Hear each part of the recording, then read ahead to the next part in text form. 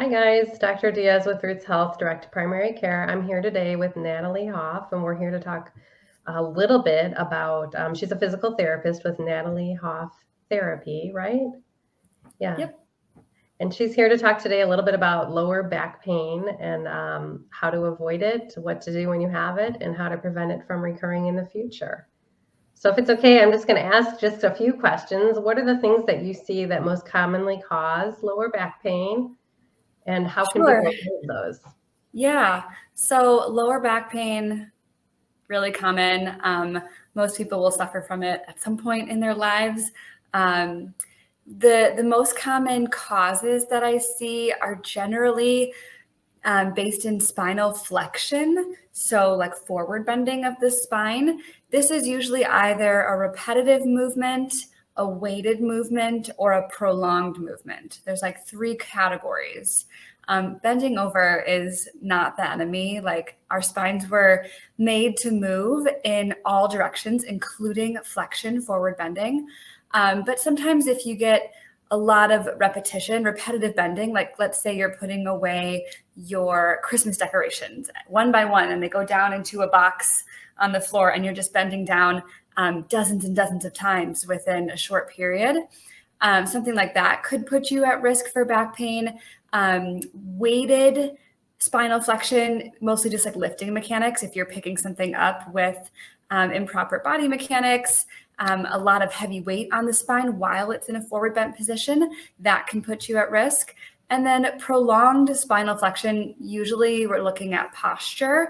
So if you are sitting on the couch, just kind of slumped over, watching a football game for many hours all weekend long, that could put you at a little bit higher risk too for low back pain. Yeah, so you're talking about body mechanics and posture and things like that and repetitive motions. And so can you talk a little bit about, I mean, my understanding is if I'm not bending at the waist, but I'm bending with my knees and I'm keeping my back sort of more in a correct posture position while I'm doing these activities, I'm less likely to injure myself. Is that correct? Yeah, exactly. So if you're bending at your knees and hinging at your hips, then you're going to be keeping your back more flat. So that hip hinge will look more like this as opposed to rounding the full spine. So you're just kind of like hinging forward at the hips and bending the knees, almost like you were going to like sit down in a chair. If you have to pick something up, you're doing kind of that sitting and standing motion instead of rounding at the spine. That could reduce your risk. That's great. Yeah. And then what about when inevitably you may experience back pain in your life? What are the sort of exercises to kind of quickly at the time of the event reduce the amount of pain and swelling and inflammation that are going to happen? Yeah, great question. So like, what do you do when it happens? This varies a lot. It's different for different people. So just a little disclaimer that you should see a physician or a licensed physical therapist to figure out your specific needs. But I will say that in general, for most low back pain, that's not a result of trauma, like a car accident or a fall or something like that. Just your kind of everyday back pain. Most people are going to have what's called a directional preference of extension. So that's the opposite of that forward bending that we were talking about just a minute ago. Extension is backward bending. So anything that backward bends, extends the lumbar spine, might be helpful, especially right away when you have back pain. You bend over to weed your garden and you're like, oh shoot, I just totally threw out my back. Everything's a disaster. You might have heard that some people have good luck with just like laying on their hard kitchen floor. That's because that puts the spine in a neutral to extended position. So you can start with that. If you are in agony, just lay flat on your back on a hard surface. Once that feels like, okay, a little bit better, you can try rolling over onto your belly and trying like Sphinx pose from yoga, where you're on your belly, just kind of propped up on your elbows, kind of like a kid would watch TV. That'll give you just a little bit of spinal extension there. Eventually, what you want to try is repeated extension in that belly down position. This is kind of like a cobra pose in yoga. So you would position your hands under your shoulders while you're lying on your belly, and then you would press up with your arms to extend your spine. So we started from that flat spine. Then you went into Sphinx pose where you were on your forearms, and then you straightened your arms so you were really extending through the spine there. That can be the most effective treatment for an acute flare-up of low back pain. That's great. So almost like the opposite of what some of us think of as forward stretching, but we're actually arching our backs to the back. And so actually, it sounds like we can do this in a laying down position, but also we can do this standing up, right, at a counter. Yes. So leaning back with our elbows towards the counter and sort of supporting our spine as we go backwards. All of these are sort of that's a great alternative. If getting on the floor isn't accessible to you, or doing this on your bed is too soft and squishy and it bothers your wrists, you can absolutely do this standing in your kitchen, over the countertop, over the sink. You put your back against the countertop, hold on to the countertop, and then you lean back into the countertop, again, to extend, backward bend the spine. It's the opposite of those flexion-based activities that likely got us in this situation in the first place. Yeah, that's great. Are there any other kind of treatment modalities that kind of augment what you do? Do you recommend heat initially? When do you put heat on it? Is it like if it's going on for more than 24 hours? What are your recommendations around that generally for muscle spasms? Yeah, I would avoid heat in the beginning. Definitely. I would avoid heat for more than 24 hours, probably more like a week. You can use ice if you want to. If that helps you, go for it. People ask me a lot about like lidocaine patches or icy hot patches, or, should I let my partner massage my back? Any of those things that are going to make it more tolerable, make it more accessible for you to do those extension-based stretches are going to augment your treatment. The extension-based movements, either lying on your belly or standing up against the counter, those are going to be the most important treatment. But anything else that allows you to do more of that is going to be good. Lidocaine patches are not going to hurt you. They're not going to work by themselves. They're not going to be a miracle by themselves and fix it. But if they help you do more of the extension that's going to get you where you need to be, then it's a good thing. Same thing with. So it sounds like anything that gets the pain under control and allows you to do the exercise is what would be helpful. So a lot of times in the medical world, we're supplementing along with anti-inflammatories to stop the inflammation and pain that way. Sometimes there's muscle relaxants, and those can be helpful. But it is really custom tailored for each patient, and it depends on the cause of the back pain, obviously, and the function of the person and their medical tolerance to medications. So yeah, that's great. Are there any other things that women specifically should think about in regards to lower back pain that might be different than men? Yeah, so that's what I was going to get into next. Another little disclaimer, women who are pregnant, kind of all bets are off with the extension-based thing, because when you have an anterior mass, so you have this big pregnancy belly, that kind of pulls some women forward into extension already. So a little bit less likely that extension direction is going to be the right one for you. It still might, but it might not.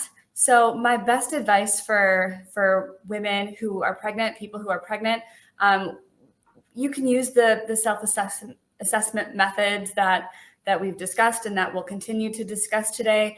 But if you are finding this is not working, in the first day or two, I think your best bet would be to seek out your physician or a PT specifically trained in prenatal or pelvic PT or mechanical PT like myself. That would probably be your best bet for women who are pregnant. A little bit later in life for women, women who are postmenopausal or older women who may have or be at risk for osteoporosis gives you other concerns as well.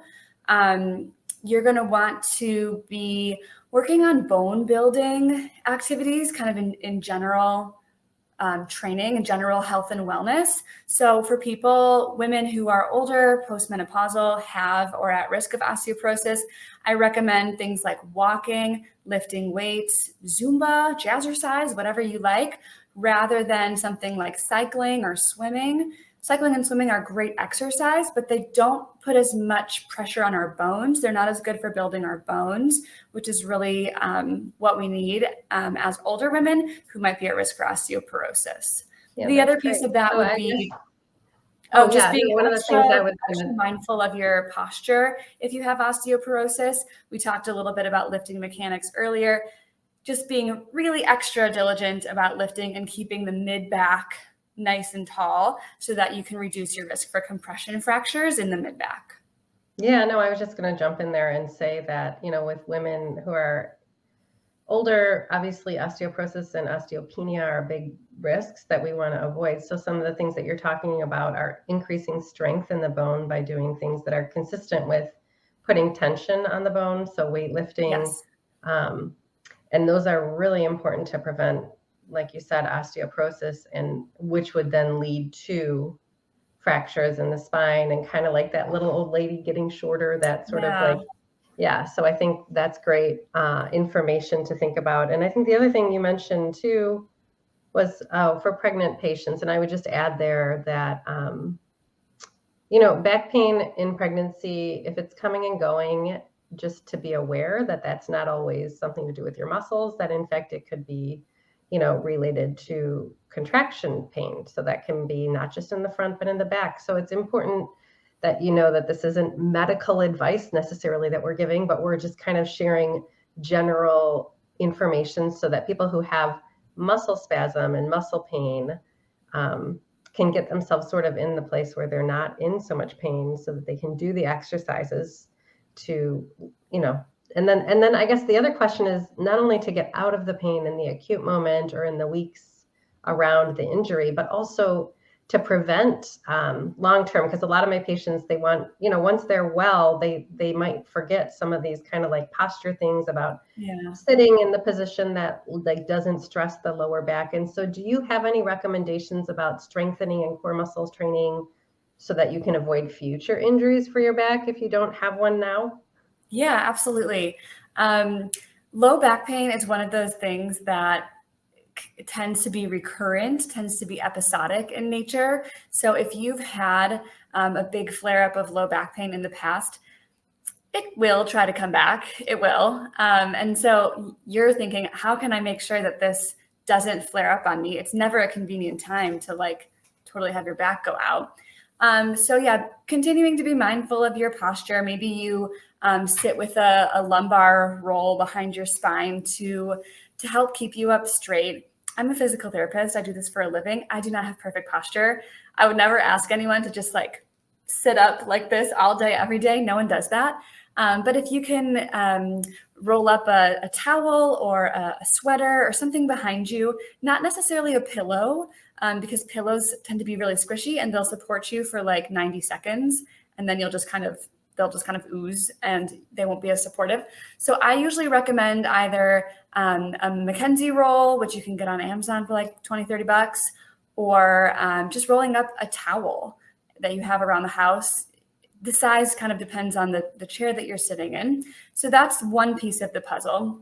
The other piece would be whatever that movement was that helped you in the acute stage when you were having that flare up.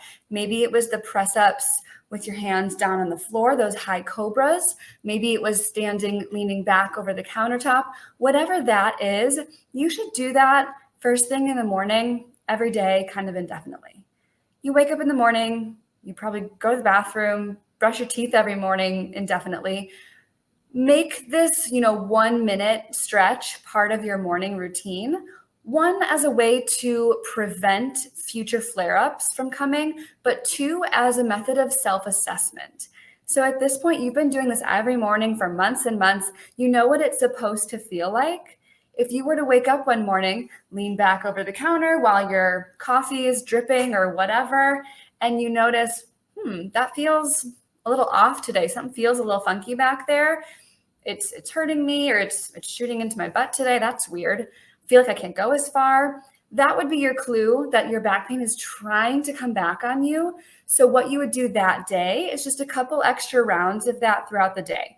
Maybe you do a round of those back bends at lunch, a round at dinner, and a round before bed. Then hopefully by the next day, you've nipped it in the bud, everything's back to normal, you can carry on with your life. Yeah, so that would that's be great. my biggest recommendation for long-term maintenance. Just spend 1 minute each morning backward bending, doing your movement so that you can know when it's about to come back and catch it on day 0. Yeah, and that kind of checking in with your body, knowing your body, spending the time to really do that self-care, which is part of your self-care routine. I mean, we all have things that we do every morning, and this is an excellent sort of just self-body check-in. If you're not going to do yoga, you can just do some backward bends on a mat, right? Yeah. So that's great. Thank you so much. I really appreciate all of your wonderful insights. Where can people reach out to you if they're interested in learning more about your services? Yeah. So I have a small business in the Oak Park, Forest Park, Forest area. You can email me.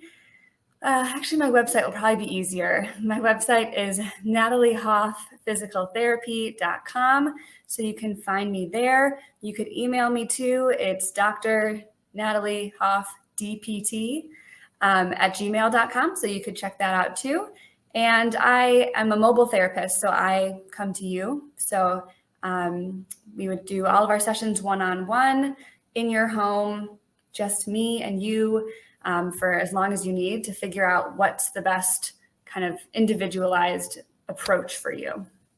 Thanks so much. It was great to meet you and to spend the time talking to you today. And I think a lot of our viewers are going to be happy to know that they can take care of themselves and get help when they need it for lower back pain. That's the main goal, is kind of teaching you how to take care of yourself and not need me. That's my goal. All right. Awesome. Thanks again, Natalie. Nice to see you. Thanks, Dr. Diaz. See you guys later. Bye.